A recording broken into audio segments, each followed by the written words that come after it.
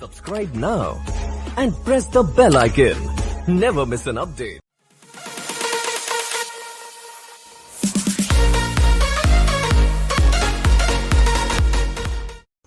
Hello students, exam warrior के YouTube channel में आपका स्वागत है। तो जो आज का जो हमारे पास जो इम्पोर्टेंट एक्सपेक्टेड क्वेश्चंस की सीरीज में जो आज हम एक इम्पोर्टेंट टॉपिक को डिस्कस करने वाले हैं, वो इम्पोर्टेंट टॉपिक जिसका जो रीजन है वो क्या है, ब्रांच है वो मैग्नेटिज्म से है। मैग्नेटिज्म से पहले हम कॉन्सेप्ट को समझेंगे और कॉन्सेप्ट की हेल्प से क्या करेंगे, क्वेश्चन को सॉल्व आउट करेंगे। इस तरीके के क्वेश्चन, इस टॉपिक से क्वेश्चन डेफिनेटली हर एग्जाम में देखने को मिलते हैं। ठीक है, तो ये जो टॉपिक है वो मैग्नेटिज्म का है। मैग्नेटिज्म में देखो, जो सबसे फर्स्ट हम कॉन्सेप्ट की ओर मूव कर रहे हैं, बहुत ज़्यादा इंपॉर्टेंट है। देखो, मैग्नेटिज्म में हम जो फर्स्ट कॉन्सेप्ट की ओर बात कर रहे हैं, एक्चुअली मैग्नेटिज्म में हम this is application of Biot-Savart law बोलते हैं। ठीक हो गया। उसी में से देखो होता क्या है, जिस जो कॉन्सेप्ट नंबर फर्स्ट की ओर मूव कर रहे हैं हम, magnetic field due to current carrying straight wire. ठीक हो गया। अब जैसा कि हमको पता है, और स्टेट ने क्या बताया था, जब भी हम किसी वायर में करंट फ्लो करेंगे तो इस वायर के चारों ओर क्या बन जाएगा, एक ऐसा फील्ड बन जाएगा जिसमें अगर हम कोई मैग्नेटिक नीडल को लेके आएंगे तो डिफ्लेक्शन शो करती है। ठीक है, तो बायोट-सावर्ट जो और स्टेट के एक्सपेरिमेंट से हमको ये पता चल गया कि अ current carrying wire produces magnetic field around us. Clear हो चुका है। तो अब उसके बाद मैग्नेटिक फील्ड कितना होगा उसको बायोट-सावर्ट लॉ ने कैलकुलेट किया था। ठीक है, उसी की एप्लीकेशन नंबर फर्स्ट को हम क्या कर रहे हैं, डिस्कस कर रहे हैं, और इसी से रिलेटेड जो भी प्रॉब्लम्स होगी उसको हम सॉल्व आउट करेंगे। क्लियर हो चुका है। तो देखो, फर्स्ट एप्लीकेशन क्या है, देखो, magnetic field due to current carrying straight wire. अब स्ट्रेट वायर में भी हमारे पास क्या हो सकते हैं, डिफरेंट केसेस हो सकते हैं। तो फर्स्ट केस क्या हो सकता है, देखो फर्स्ट केस क्या हो सकता है, व्हेन वायर इज फाइनाइट। ठीक हो गया। तो जब वायर फाइनाइट होगी, तो ध्यान से देखो, फर्स्ट केस की बात कर रहे हैं। इस केस में जो वायर है फाइनाइट है, ये वायर क्या है, फाइनाइट है। ठीक हो गया। और ये इस वायर का क्या हो गया, सेंटर हो गया। इस वायर के सेंटर से ए डिस्टेंस पर एक पॉइंट पी है। यहां पर मेरे को क्या करना है, मैग्नेटिक फील्ड को फाइंड आउट करना है। क्लियर हो चुका है। तो उसको फाइंड आउट करने के लिए मैं क्या करूंगा, इन दोनों एंड्स पॉइंट को क्या करूंगा, पॉइंट पी पर इनको क्या करूंगा, मैच कर दूंगा। ठीक हो गया। और ये φ1 is the angle subtended by upper end of this wire and φ2 is the angle subtended by the wire of lower end. Clear हो चुका है। तो जब हम इसमें बायोट-सावर्ट लॉ लगाएंगे, तो बायोट-सावर्ट लॉ लगाने के बाद जो मैग्नेटिक फील्ड आता है फाइनाइट वायर का, कितना आता है, B = μ0I। ठीक हो गया, अपॉन 4πA, और sin φ1 प्लस sin φ2 आता है। इस रिजल्ट को आपने बहुत ज़्यादा इंपॉर्टेंट रखना है। अगर आप ये रिजल्ट को याद रख लेते हैं तो डेफिनेटली ये बाकी के जो दो रिजल्ट हैं उसी रिजल्ट से आ जाएंगे। तो रिजल्ट क्या याद रखना है, तुमको सीधे पता होना चाहिए, magnetic field due to a finite wire B = μ0I upon 4πA। Very important, A को अपने मुंह से 4-5 बार बोलो। ए क्या है, सेंटर ऑफ वायर से पॉइंट पी की डिस्टेंस है। Always remember that. क्लियर हो चुका है। तो μ0I/4πA sin φ1 प्लस sin φ2, ये मैग्नेटिक फील्ड ड्यू टू क्या है, फाइनाइट वायर है। क्लियर हो चुका है। अब देखो, दिमाग में क्वेश्चन क्या आता है, दिमाग में क्वेश्चन ये आता है कि अगर ये वायर क्या है, इनफाइनाइट हो गई, केस नंबर 2 की बात कर रहे हैं, अगर ये वायर क्या है, इनफाइनाइट होगी, देखो ये वायर इनफाइनाइट है और इसमें I करंट फ्लो हो रही है, तो हमेशा ध्यान रखो, जब ये वायर इनफाइनाइट होगी तो देखो क्या होगा, φ1 और φ2 कितना होगा। देखो, मैं ऐसा मान सकता हूँ कि कोई भी वायर वो बहुत large infinite number of length element से मिलकर बना होगा। सपोज दैट मैं एक लेंथ एलिमेंट ले रहा हूँ। ठीक हो गया, मैंने इसकी वजह से यहाँ मैग्नेटिक फील्ड निकाला, एक और लेंथ एलिमेंट ले लिया, और इसी तरीके से एक और लेंथ एलिमेंट ले लिया। तो हम यहाँ से क्या देख रहे हैं, कि जो φ1 है वो इंक्रीज होते जा रहा है, और मैक्सिमम कितना इंक्रीज होगा, φ1 मैक्सिमम कितनी वैल्यू लेगा, 90 वैल्यू लेगा। क्लियर। उसके बाद तो फिर डिक्रीज होने लग जाएगा। सिमिलरली देखो, अगर हम इस φ2 को देखो इस सेगमेंट की वजह से यहाँ निकालेंगे तो ये, और अगले वाले सेगमेंट की वजह से ये, और इस सेगमेंट की वजह से हम यहाँ निकालेंगे तो ये क्या आ जाएगा। देखो, तो हम यहाँ से क्या ऑब्जर्व कर रहे हैं, हम यहाँ से ऑब्जर्व कर रहे हैं कि अगर वायर इनफाइनाइट होगी तो जो φ1 और φ2 हैं वो दोनों क्या, वो मैक्सिमम वैल्यू 90 को अटेन कर लेंगे। जब हम इस एक्सप्रेशन में φ1 और φ2 की जगह 90 रखेंगे तो sin 90 प्लस sin 90 sin 91 और sin 91 1 + 1 2 हो जाएगा, और 2 से ये 4 कैंसिल आउट हो जाएगा। तो जो हमको रिजल्ट निकल के आ जाएगा, magnetic field due to a current carrying infinite wire, वो μ0I/2πA आ जाएगा, where A is the distance of point B from O।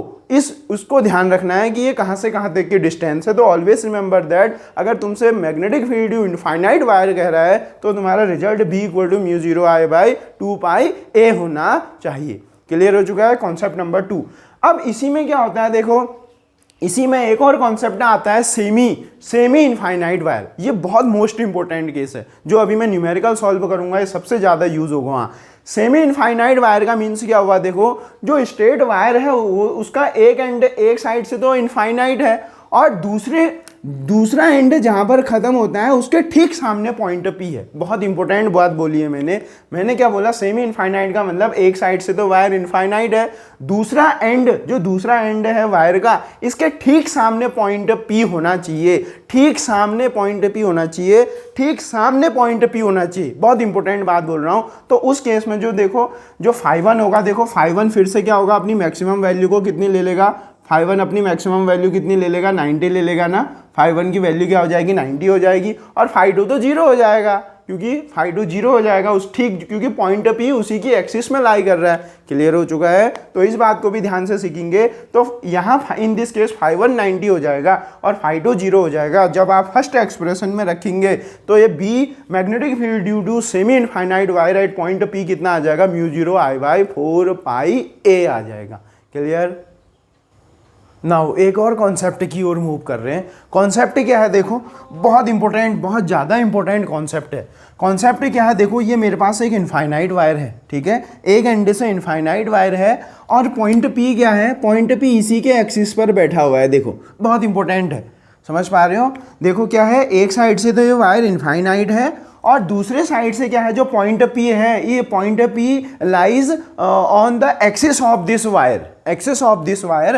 तो इस केस में क्या होगा, देखो जो इस केस में अगर तुम इस केस में जो थीटा होगा, डीएल वेक्टर और R, DL vector length element और आर के बीच में जो एंगल होगा वो 0 होगा और वो 0 होने से क्या हो जाएगा, magnetic field at point P 0 हो जाएगा। हमेशा याद रखना, if the point P, if a point lies on the axis of wire, then the magnetic field due to this wire always zero because angle between length element and r radius vector is 0। क्योंकि हम जब bio सवार्ट law लगाएंगे dB = μ0/4πi dl sin theta upon r square, क्योंकि theta 0 हो जाएगा, dl और r के बीच में एंगल 0 हो जाएगा तो मैग्नेटिक फील्ड 0 आ जाएगा। ये तो मैंने बता दिया है, पर तुमको सीधे याद रखना है कि अगर ये पॉइंट P इस वायर के एक्सिस में आ गया तो मैग्नेटिक फील्ड 0 सीधे 0 हो जाएगा। देखो एक और एग्जांपल है। देखो ये वायर क्या है, इनफाइनाइट है और पॉइंट P, यहाँ पर मुझे मैग्नेटिक फील्ड निकालना है पॉइंट P पर, क्योंकि ये मैग्नेटिक फील्ड कहाँ है, इसी की एक्सिस पर, इसी वायर के क्या है, एक्सिस पर सिचुएटेड है। तो यहाँ पर जो मैग्नेटिक फील्ड होगा वो भी 0 होगा। तो ये बहुत इंपॉर्टेंट कॉन्सेप्ट है, बहुत ज़्यादा इंपॉर्टेंट कॉन्सेप्ट है कि if the point P lies on the axis of the wire then the magnetic field will becomes must be 0। ठीक है, तब मैग्नेटिक फील्ड वहाँ पर क्या होगा, 0 होगा। याद रखना इसको, बहुत ज़्यादा इंपॉर्टेंट है। ठीक है, अब देखो हम एक नए कॉन्सेप्ट की ओर बढ़ रहे हैं, magnetic field due to current carrying. अब देखो इसमें क्या आता है, केस नंबर फर्स्ट क्या आता है, सर्कुलर, ये क्या आता है हमारे पास, सर्कुलर आर्क आता है। अगर आपको इतना सा दिया होगा, देखो एक आर्क दी होगी, इसमें आई करंट फ्लो हो रही है और तुमसे कह दिया जाएगा कि आप इसका सेंटर पर मुझे मैग्नेटिक फील्ड निकाल के दिखाओ। ठीक है, तो जब हम इसमें मैग्नेटिक सेंटर पर जब हम इसको प्रूव करते हैं, बायो सवार्ट लॉ लगाते हैं, तो प्रूव करने से जो magnetic field due to this circular arc centre कितना आता है, ये तुमको याद होना चाहिए, μ0I/4πr इंटू अल्फा। ये याद होना चाहिए तुमको, μ0I/4πr into alpha, where alpha is the angle subtended by the arc at centre O। Clear हो चुका है। एक और चीज ध्यान रखनी है तुम्हें सबसे ज्यादा, कि ये जो अल्फा है, इस अल्फा को हमेशा आप रेडियन में ही लोगे, इस अल्फा को हमेशा रेडियन में लेना मस्ट है। क्लियर हो चुका है। तो आप क्या करेंगे, सर्कुलर आर्क की वजह से सेंटर पर मैग्नेटिक फील्ड कितना होगा बताओ, μ0I/4πr into alpha, where alpha is in radian. ठीक है, so ये सर्कुलर आर्क की बात कर रहा हूं। अब इसी से देखो, अगर सर्कुलर आर्क की जगह मेरे पास केस नंबर 2 अगर मेरे पास क्या हो जाएगा, सर्कुलर लूप हो जाएगा। अगर मेरे पास आर्क की, अगर in the place of arc we have a circular loop, तो then how we find out the magnetic field at centre of this circular loop. Clear हो चुका है। तो ऑलवेज रिमेंबर दैट अगर हम सर्कुलर लूप की बात करेंगे, सर्कुलर लूप की बात करेंगे तो in this case alpha becomes 2 पाई 360 को हम रेडियन में 2 पाई लिखेंगे। जब आप इस अल्फा की जगह आप यहाँ 2 पाई रखोगे तो क्या हो जाएगा, ये 2 से 2 कैंसिल हो जाएगा, पाई से पाई कैंसिल हो जाएगा। तो B at centre, magnetic field at centre कितना आ जाएगा ड्यू टू सर्कुलर लूप या सर्कुलर कॉइल भी बोल सकते हो, μ0I/2R वो आ जाएगा। क्लियर है, इंपॉर्टेंट रिजल्ट है, बहुत ज़्यादा यूज होता है। क्लियर, MCQ भी आता है एग्जाम में डायरेक्ट। अगर ये तो देखो सपोज ये तो अभी if circular loop consist to 1 turns then magnetic field at centre B centre equal to μ0I/2R। If the coil has n turns, ठीक है, तो n से मल्टीप्लाई कर दोगे, एक टर्न में इतना मैग्नेटिक फील्ड है तो n टर्न्स में कितना मैग्नेटिक फील्ड होगा, B इक्वल टू μ0Ni/2R हो जाएगा।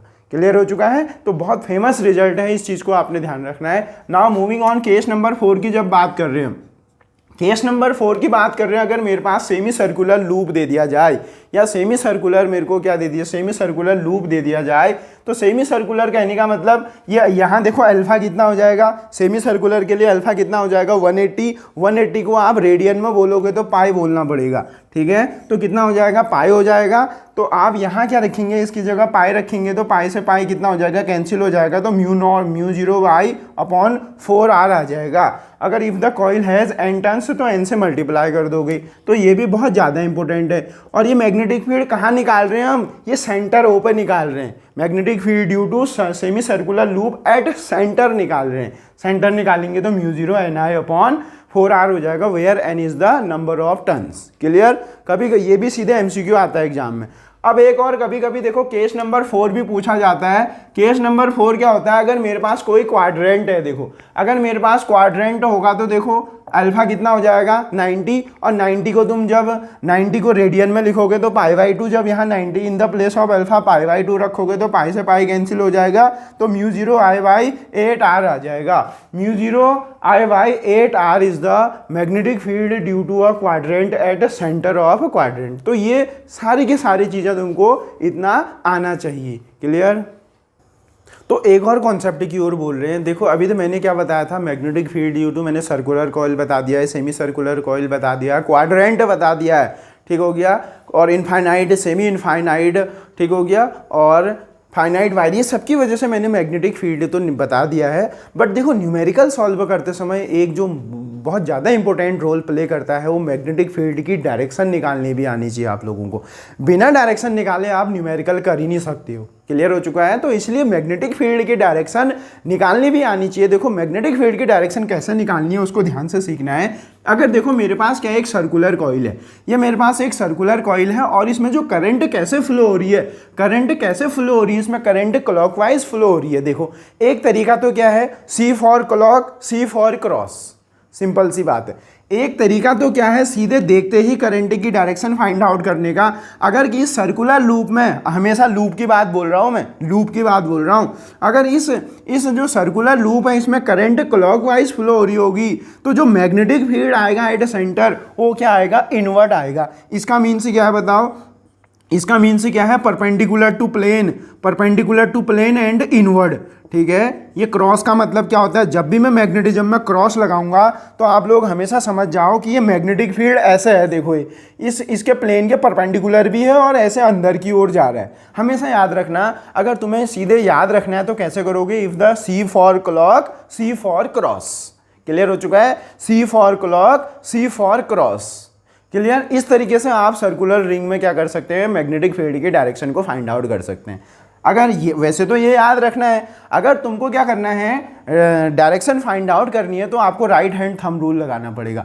राइट हैंड थंब रूल क्या कहता है, अब ये जो फिंगर्स हैं इन फिंगर को आप करंट की डायरेक्शन में कर्ल करो, curl your fingers in the direction of current, then thumb gives the direction of magnetic field. मैंने क्या बोला कि ये जो फिंगर्स हैं इन फिंगर्स को करंट की डायरेक्शन में कर्ल करो तो करंट क्लॉकवाइज फ्लो हो रही है, करंट क्लॉकवाइज फ्लो हो रही है। ये तो ये थंब अंदर की ओर जा रहा है, ये थंब अंदर की ओर जा रहा है। देखो ये करंट कैसे फ्लो हो रही है, करंट कैसे फ्लो हो रही है, क्लॉकवाइज। तो अपने फिंगर्स को कर्ल करो, ये थंब कैसे जा रहा है, ऐसे अंदर, थंब कैसे जा रहा है, ऐसे इनवर्ट जा रहा है, ठीक है। तो दोनों रूल आने चाहिए तुमको, नहीं तो आप C for clock, C for cross, नहीं तो राइट हैंड थंब रूल लगाओ, अपनी उंगलियों को कर्ल की डायरेक्शन में कर्ल करो, थंब जिस डायरेक्शन में पॉइंट आउट करेगा वहां पर मैग्नेटिक फील्ड की डायरेक्शन तुमको पता चल जाएगी।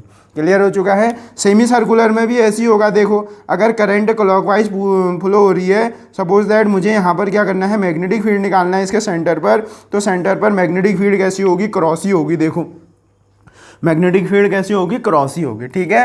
केस नंबर 2 क्या आता है, अगर हमारे पास अगर हमारे पास एंटी क्लॉकवाइज करंट फ्लो हो रही होगी तो सर्कुलर लूप में, तो देखो तुमको तो पता चल गया ना क्लॉकवाइज में करंट कहाँ की ओर आ रही है, क्रॉस आ रही है, तो एंटी क्लॉकवाइज में क्या आएगी, डॉट आएगी। तो डॉट का मतलब क्या है, देखो डॉट का मीनिंग क्या है, परपेंडिकुलर टू प्लेन। डॉट का मीनिंग क्या है, perpendicular to the plane, and क्या आ जाएगा, आउटवर्ड। हमेशा याद रखना है, ये मैं बहुत यूज़ करूंगा पूरी मैग्नेटिज्म में, ठीक है। परपेंडिकुलर टू द प्लेन और आउटवर्ड, ठीक है। या तो तुम सीधे ऐसे याद रख सकते हो, तुम्हें क्लॉकवाइज का पता चल गया तो एंटी क्लॉकवाइज का क्या होगा, डॉट होगा। डॉट मतलब ऐसी तुम्हारी ओर। अगर तुम फील लेना चाहते हो, फील के लिए क्या करोगे कि अपनी उंगलियों को करंट की डायरेक्शन में कर्ल करो। देखो अपनी उंगलियों को करंट की डायरेक्शन में कर्ल करो, thumb gives the direction of magnetic field, तो ये तुम्हारी तरफ आ रहा है। इसका मतलब क्या हुआ, ये मैग्नेटिक फील्ड कहाँ की ओर आ रहा है, आउटवर्ड और परपेंडिकुलर टू द प्लेन, ठीक है। और सीधे ट्रिक से भी याद रख सकते हो, ठीक। ये सिर्फ सर्कुलर कॉइल के लिए वैलिड है, सर्कुलर कॉइल के लिए वैलिड है। अगर तुमको क्या करना है, इन वायर के लिए यूज़ करना है, करंट कैरिंग वायर के लिए मैग्नेटिक फील्ड निकालना है। अगर मेरे पास क्या है, करंट कैरिंग वायर है, करंट कैरिंग वायर है, तो उसके लिए तुम डायरेक्शन कैसे निकालोगे, राइट हैंड थंब रूल होता है, ठीक है। For the direction to find out the direction in the case of circular, in the case of wire, then you can use right hand thumb rule. Right hand thumb rule क्या कहता है, आप current जिस direction में जा रही हो उस डायरेक्शन में थंब को रखो, put thumb in the direction of current and curl your fingers, ठीक है। क्या करना है, करंट की डायरेक्शन में थंब रखना है और अपने फिंगर्स को कर्ल कर देना है। तो फिंगर्स को कर्ल करोगे तो देखो यहाँ से तो ठक, ऐसे ठक ठक रूल भी कहते हैं इसको, देखो ऐसे ठक, यहाँ से तो क्या, यहाँ से अंदर जा रही है, यहाँ से क्या जा रही है, अंदर, मैग्नेटिक फील्ड लाइन यहाँ से अंदर जाएगी, तो मैं इसे क्रॉस लिख दे रहा हूँ, यहाँ से बाहर आ रही है, समझ पा रहे हो। तो मैग्नेटिक फील्ड लाइन ऐसे देखो, स्लो मोशन में देखोगे तो कैसे होगा, ये यहाँ से अंदर,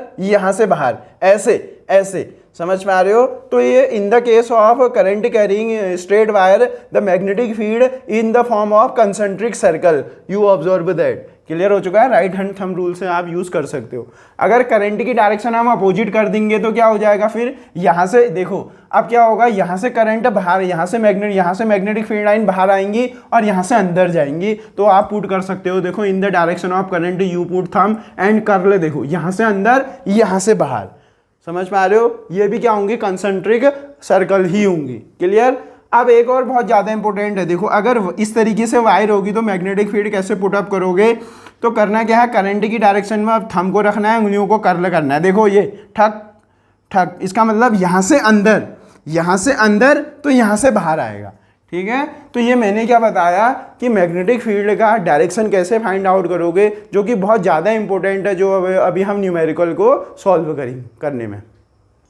नाउ मूव करते हैं क्वेश्चन नंबर फर्स्ट की ओर, जो अभी तक का हमने थ्योरी पढ़ी थी उससे हम क्वेश्चन की ओर मूव कर रहे हैं, ठीक है। बहुत इंपॉर्टेंट क्वेश्चन होते हैं ये, क्वेश्चन एग्जाम में, हर एग्जाम में आते हैं, ठीक है। कोई सा भी एग्जाम में बैठो डेफिनेटली वहाँ क्वेश्चन आते हैं, ठीक है। तो फर्स्ट क्वेश्चन की ओर मूव कर रहे हैं। फर्स्ट क्वेश्चन क्या दे रखा है, देखो ये हमारे पास क्या है, फर्स्ट क्वेश्चन क्या है, देखो ये मेरे पास ये इनफाइनाइट है और ये भी क्या है, इस तरीके से ये इनफाइनाइट वायर है। अब ये क्वेश्चन में क्या कह रहा है, find the magnetic field at O. हमको क्या निकालना है, मैग्नेटिक फील्ड इस सेंटर पर क्या करना है, सेंटर पर मैग्नेटिक फील्ड को हमको फाइंड आउट करना है। क्लियर है, हमारा एम समझ में आ गया। हमको कुछ इस तरीके से फिगर दिया है, कह रहा है कि आप सेंटर पर मैग्नेटिक फील्ड निकाल के दिखाओ। क्लियर। तो देखो अभी मैंने क्या बताया था, सबसे पहले देखो हम क्या करेंगे, इस फिगर को हम अलग अलग पार्ट्स में ब्रेक कर देंगे, ठीक है। तो देखो ये जो फिगर है 3 सेगमेंट से मिलकर बना है। ये देखो फर्स्ट सेगमेंट ये हो गया, ठीक है, एक इनफाइनाइट सेमी इनफाइनाइट वायर होगी, और सेकंड वाला ये हो जाएगा पोर्शन, और थर्ड वाला पोर्शन क्या हो जाएगा, ये हो जाएगा। मैंने इसे 1 2 3 पोर्शन में क्या कर रखा है, 1 2 3 पोर्शन में मैंने इसको इस तरीके से मैंने इसको नेमिंग कर दी, ठीक है, 1 2 3 पोर्शन में। अब देखो मैं क्या करता हूँ, 1 by 1 magnetic field find out करता हूँ सेंटर पर, जो कॉन्सेप्ट मैंने अभी बताए थे। ठीक है, अब यहाँ ध्यान से देखो, यहाँ ध्यान से देखो, क्या B1, क्या ये जो वायर सेगमेंट 1 है, क्या इसकी वजह से मुझे कोई पॉइंट O पर मैग्नेटिक फील्ड मिलेगा? बताओ, क्या इस वायर सेगमेंट फर्स्ट की वजह से मुझे कोई मैग्नेटिक फील्ड मिलेगा या नहीं मिलेगा, ये बताओ। ठीक है, नहीं मिलेगा। नहीं मिलेगा, क्यों नहीं मिलेगा? देखो, क्योंकि मैंने क्या बोला था, इस ये वायर फर्स्ट के लिए ये जो पॉइंट O है ये इसकी एक्सिस पर प्रेजेंट है, और मैंने क्या बोला था, जब भी क्या होगा, पॉइंट एक्सिस पर सिचुएटेड होगा तो मैग्नेटिक फील्ड सीधे जीरो हो जाएगा, क्योंकि एंगल जीरो हो जाएगा DL और R के बीच में। ठीक है, तो DL और R के बीच में जब एंगल जीरो होगा तो B1 की वजह से मुझे कोई मैग्नेटिक फील्ड नहीं मिलेगा, because point O is lies the axis of this wire, axis of this wire, इसलिए B1 क्या हो जाएगा, जीरो हो जाएगा। क्लियर? सिमिलरली देखो, B3 की वजह से मुझे कोई मैग्नेटिक फील्ड मिलेगा, B3 की वजह से भी मुझे पॉइंट O पर कोई मैग्नेटिक फील्ड नहीं मिलेगा। क्यों नहीं मिलेगा? Because point O lies at the axis of segment third या वायर थर्ड, तो B3 भी मुझे कोई मैग्नेटिक फील्ड नहीं मिलेगा सेंटर की वजह से, क्योंकि ये एक्सिस पर लाई कर रहा है। क्लियर? तो मैग्नेटिक फील्ड मुझे मिलेगा किसकी वजह से मिलेगा, बताओ? ये जो सेमी सर्कुलर आर्क है, ये क्या है, सेमी सर्कुलर आर्क की वजह से मुझे क्या मिलेगा, सेंटर पर मैग्नेटिक फील्ड मिलेगा। और तुमको पता होना चाहिए, मैंने अभी बताया था, the magnetic field due to semi circular arc at centre कितना होता है, μ0I/4R होता है, μ0I/4R होता है। तो ये क्या होगा, इस सेकेंड वायर की वजह से मुझे क्या मिलेगा, मैग्नेटिक फील्ड मिलेगा सेंटर पर। मुझे तो टोटल मैग्नेटिक फील्ड निकालना है, तो मैं क्या करूंगा, मैग्नेटिक फील्ड को ऐड कर दूंगा B1 + B2 + B3। क्लियर?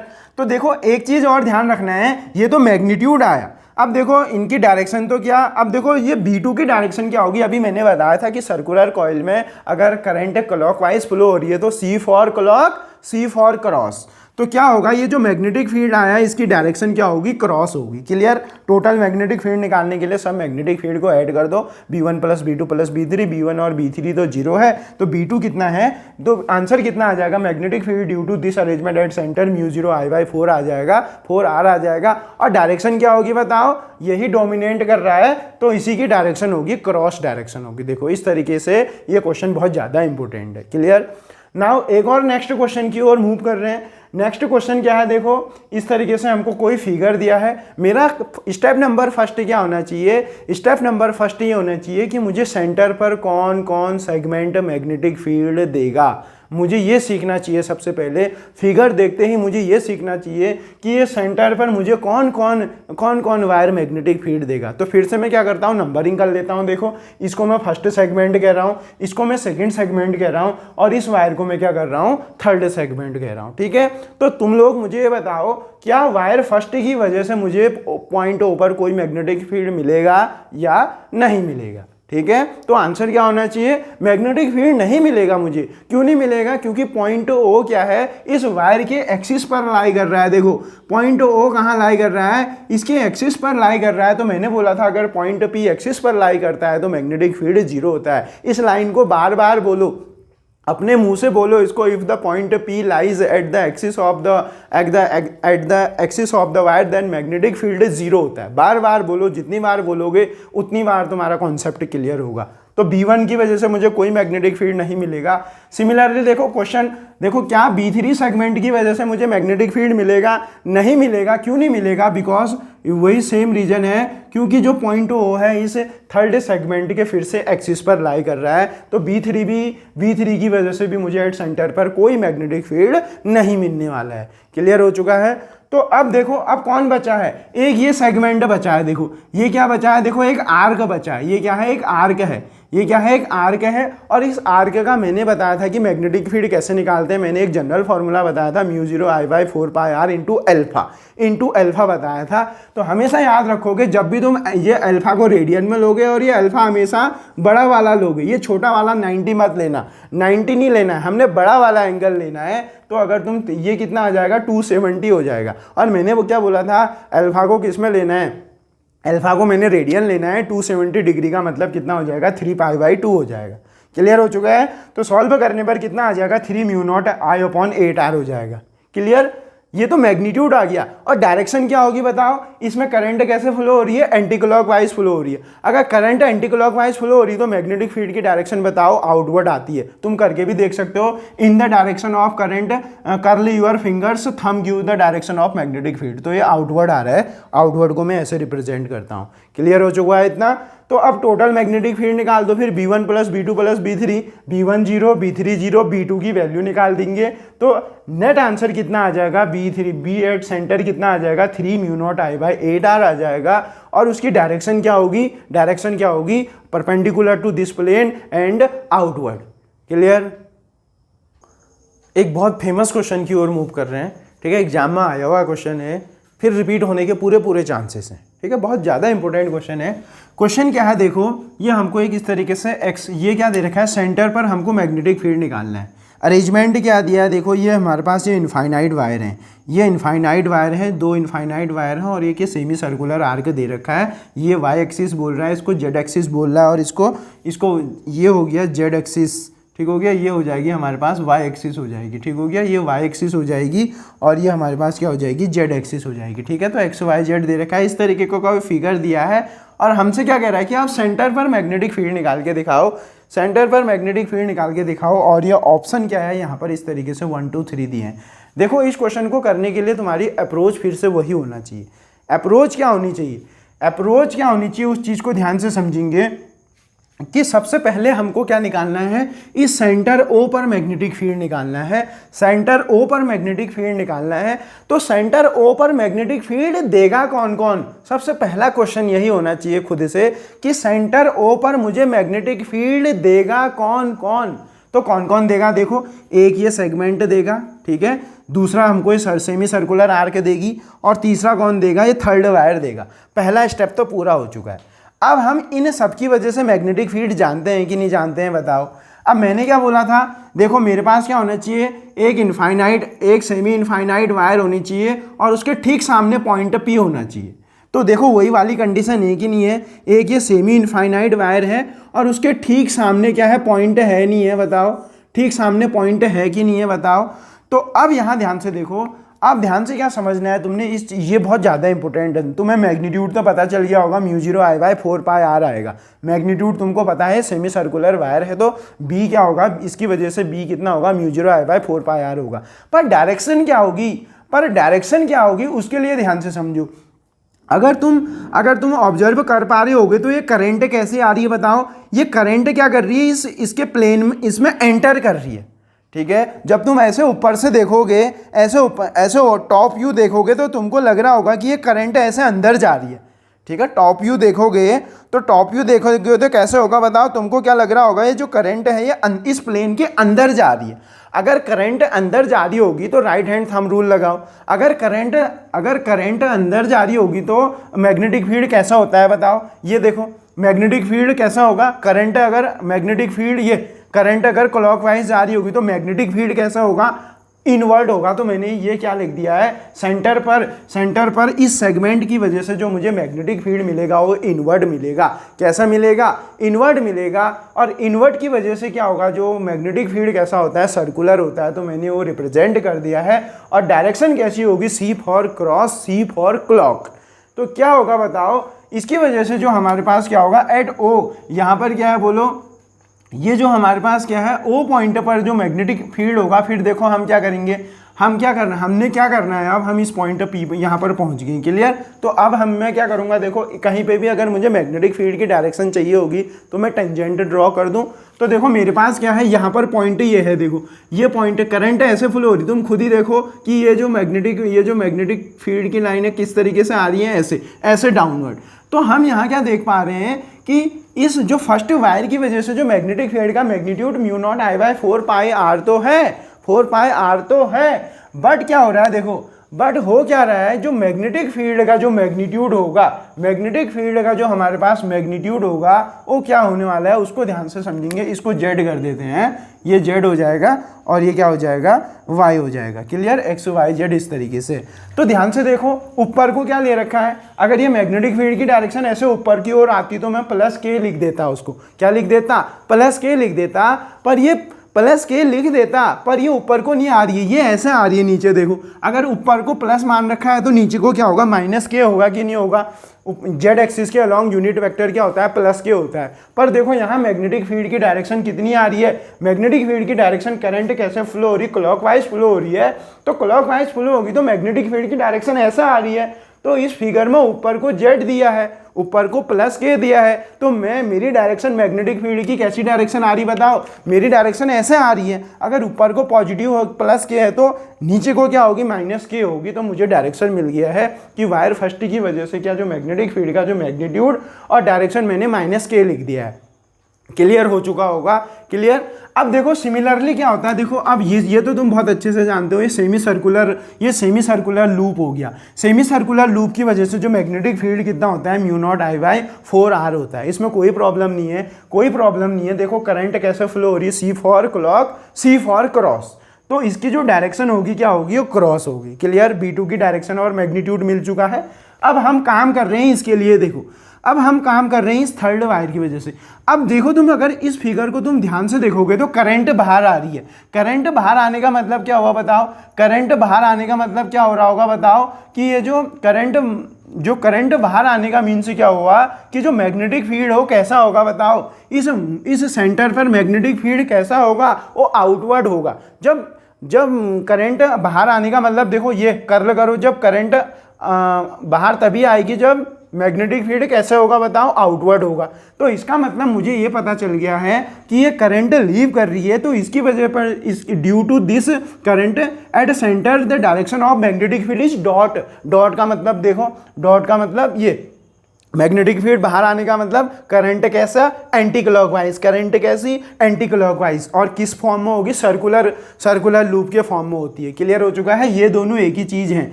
या करंट बाहर आ रही है, इसका मतलब क्या हो रहा होगा, मैग्नेटिक फील्ड आउटवर्ड हो रहा होगा। तो आउटवर्ड होने की वजह से जो हमारे पास क्या हो जाएगा, मैग्नेटिक फील्ड की जो सर्कुलर मैग्नेटिक फील्ड की जो डायरेक्शन होगी कैसा होगा, मैग्नेटिक फील्ड कैसा होगा, एंटी क्लॉकवाइज। ठीक है, तो एंटी क्लॉकवाइज हमने क्या कर दिया इसको इस तरीके से। अगर देखो मुझे क्या करना है, मुझे तो इस पॉइंट पर मैग्नेटिक फील्ड निकालना है ना। अगर मैं इस पॉइंट पर टेंजेंट ड्रॉ कर दूंगा, इस पॉइंट पर टेंजेंट ड्रॉ कर दूंगा, वो भी नीचे की ओर आ रहा है, वो भी क्या आ रहा है, माइनस जेड एक्सिस में आ रहा है। देखो ऊपर को प्लस जेड एक्सिस है और ये डाउनवर्ड क्या हो जाएगा, माइनस जेड एक्सिस हो जाएगा। और माइनस जेड एक्सिस के अलॉन्ग जो यूनिट वेक्टर होगा वो के होगा, तो मैं इसे माइनस के लिख देता हूँ। सबसे ज़्यादा ही देखो, इसीलिए डायरेक्शन बहुत ज़्यादा है। अगर कोई बच्चा बिना डायरेक्शन के कर रहा है तो तुम B1 plus B2 plus B3 करके आ जाओगे, तो वो गलत हो जाएगा। ठीक है, मैग्नीट्यूड और डायरेक्शन लेना बहुत ज़रूरी है। अगर देखो करंट अगर अंदर आ रही है, इसका मतलब मैग्नेटिक फील्ड क्रॉस हो रहा होगा और उसकी वजह से जो मैग्नेटिक फील्ड लाइन होंगी वो कंसेंट्रिक सर्कल बन रही होंगी। और इस थर्ड वायर में देखो जो मैग्नेटिक फील्ड, जो करंट बाहर की ओर निकल रही है, करंट बाहर निकलने का मतलब क्या हो रहा होगा, करंट बाहर निकलने का मतलब ये हो रहा होगा कि जो मैग्नेटिक फील्ड कैसा होगा, वो होगा बाहर होगा। बाहर कब होगा, जब करंट क्या फ्लो हो रही होगी, एंटी क्लॉकवाइज फ्लो हो रही होगी। तो इस सर्कल जब लूप में करंट एंटी क्लॉकवाइज फ्लो हो रही होगी तो करंट बाहर की ओर फ्लो हो रही होगी। तो मुझे तो क्या करना है, इस पॉइंट पर मैग्नेटिक फील्ड चाहिए। तो मैं क्या करूँगा, जहाँ पर मुझे मैग्नेटिक फील्ड चाहिए, ये सेंटर हो गया, इससे r डिस्टेंस में टेंजेंट ड्रॉ कर दूंगा। तो टेंजेंट ड्रॉ करने पर क्या आ रहा है, देखो इस रेफरेंस का यूज़ करो। ऊपर को प्लस जेड है तो नीचे को माइनस जेड हो जाएगा, और माइनस जेड के अलॉन्ग क्या हो जाएगा, यूनिट वेक्टर क्या हो जाएगा, के हो जाएगा। तो मैं उसे माइनस के लिख दूंगा, क्योंकि उसने ऊपर को प्लस जेड दिया है तो डाउनवर्ड आ रहा है, तो माइनस क्या लिखेंगे, उसको माइनस के लिखेंगे। क्लियर हो चुका है, तो बहुत अच्छे से समझ में आ गया होगा। अब यहाँ ध्यान से देखो, इसको तुम क्रॉस भी लिख सकते हो। क्रॉस मतलब क्या हुआ, देखो क्रॉस मतलब B2 की, देखो ये तो डायरेक्शन निकल गया ना। अब क्रॉस देखो, अब देखो बाहर को क्या है बताओ, ध्यान से सीखेंगे। बाहर को क्या है हमारे पास, बाहर को इसने क्या दे रखी है, बाहर को इसने ये जो है वाई एक्सिस की बात कर रहे हैं। किसकी बात कर रहे हैं, वाई एक्सिस की बात हो रही है यहाँ पर। किसकी बात, ये देखो, ये थोड़ा फिगर फिर से, ये है एक्स, इसको एक्स से बना देते हैं, ये ठीक है। ठीक है, फिगर कुछ इस तरीके से है, ये वाला एक्स एक्सिस है, ये एक्स एक्सिस है। ठीक है, अब देखो ये तीनों एक्स वाई जेड एक्सिस क्या होती हैं, आपस में परपेंडिकुलर होती हैं। अगर देखो एक्स वाई तो ठीक है, जेड ऐसे बाहर की ओर आ रहा है। अगर मैग्नेटिक फील्ड मेरे पास आउटवर्ड आ रहा होगा तो मैं उसे क्या लिखूंगा, प्लस आई लिखूंगा, प्लस आई लिखूंगा, क्योंकि due to this circular loop magnetic field अंदर को आ रहा है, अंदर को आ रहा है। अगर बाहर को प्लस एक्स है तो प्लस एक्स एक्सिस के लॉन्ग यूनिट वेक्टर आई कैप, बाहर को अगर मैग्नेटिक फील्ड होता तो प्लस आई कैप लिखता, क्योंकि सर्कुलर सेमी सर्कुलर आर्क की वजह से मैग्नेटिक फील्ड अंदर को आ रहा है, तो अंदर को मैं क्या लिखूंगा, माइनस आई कैप लिखूंगा। अगर बाहर आ रहा होता प्लस आई लिखता, क्योंकि ये जो मैग्नेटिक फील्ड है वो कैसा आ रहा है, अंदर आ रहा है, तो अंदर में क्या लिखूंगा उसे, यहां पर मैं क्या लिख देता हूं इसको, यहां पर मैं इसको वेक्टर के फॉर्म में माइनस आई कैप लिख देता हूं। क्या लिख देता हूं, माइनस आई कैप लिख देता हूं। तो ये चीज़ें तुम्हें क्लियर हो गई होंगी। अब हम क्या करेंगे, सबको ऐड कर देंगे, B equal to B one plus B two plus बी3। बी1 पता है हमको, बी2 पता है और बी3 पता है, ठीक है। इन दोनों को हम फर्दर सॉल्व कर लेंगे। सॉल्व करने के बाद जो सेंटर पर हमको मैग्नेटिक फील्ड आएगा, माइनस कॉमन ले लेंगे, minus mu not I by 4 pi I, pi I cap plus 2k cap, pi I cap plus 2k cap, ठीक है। जो कि कौन सा ऑप्शन है, जो कि क्या है हमारे पास, ये माइनस है, तो ऑप्शन नंबर क्या है, ऑप्शन नंबर 2 क्या होगा इसका करेक्ट आंसर है। और ये क्वेश्चन बहुत ज़्यादा फेमस है, ये बहुत ज़्यादा फेमस क्वेश्चन है, एग्जाम में आने के इसके पूरे 100 चांस हैं, ठीक है। तो आपको मैग्नीट्यूड पता होना चाहिए। सबसे पहले स्टेप नंबर 1 क्लियर होना चाहिए कि मुझे सेंटर पर कौन कौन सेगमेंट मैग्नेटिक फील्ड देगा, और फिर उनकी वैल्यूज़ भी याद होनी चाहिए। क्लियर हो चुका है। तो इस तरीके से तो जो आज का लेक्चर है हमने उसमें क्या देखा कि किस तरीके से हम जो magnetic field due to straight wire, अलग अलग डिफरेंट टाइप हमने पढ़ा था कि इनफाइनाइट वायर का मैग्नेटिक फील्ड कितना होगा, सेमी इनफाइनाइट का कितना होगा, सर्कुलर कॉइल का क्या होगा, ठीक हो गया। और उसको न्यूमेरिकल में कैसे यूज़ करेंगे, वो सारा चीज़ हमने आज इसमें देखा, ठीक हो गया। तो जितने मैंने न्यूमेरिकल कराए हैं ये मोस्ट इंपॉर्टेंट न्यूमेरिकल्स हैं, एग्जाम में आने के पूरे चांस होते हैं, ठीक है। तो ये जो क्वेश्चन न्यूमेरिकल मैंने दिए हैं, इन्हीं की हेल्प से और इससे रिलेटेड जो भी न्यूमेरिकल होंगे उनको आप ज़्यादा से ज़्यादा प्रैक्टिस करो, ठीक हो गया। तभी क्या होगा, इसका कॉन्सेप्ट और अच्छे से क्लियर हो पाएगा, ठीक हो गया। और जो हमारा ये जो एक्सपेक्टेड क्वेश्चन की जो सीरीज चल रही है इसको ज़्यादा से ज़्यादा शेयर करो, ठीक हो गया। और एक इम्पोर्टेंट नोटिस है, जो अभी जो आगामी जो लेक्चरर फिजिक्स का पेपर है उसके लिए जो ऑनलाइन और ऑफलाइन दोनों जो मीडियम है उसके लिए बैचेस स्टार्ट हो गए हैं, ठीक हो गया। तो आप लोग इंटरेस्टेड कैंडिडेट से क्या कर सकते हैं, रजिस्ट्रेशन कर सकते हैं, कांटेक्ट कर सकते हैं, ठीक हो गया, जिससे कि जो सिलेक्शन है वो कंफर्म हो पाए, ठीक हो गया। तो आज के लिए इतना ही, थैंक यू।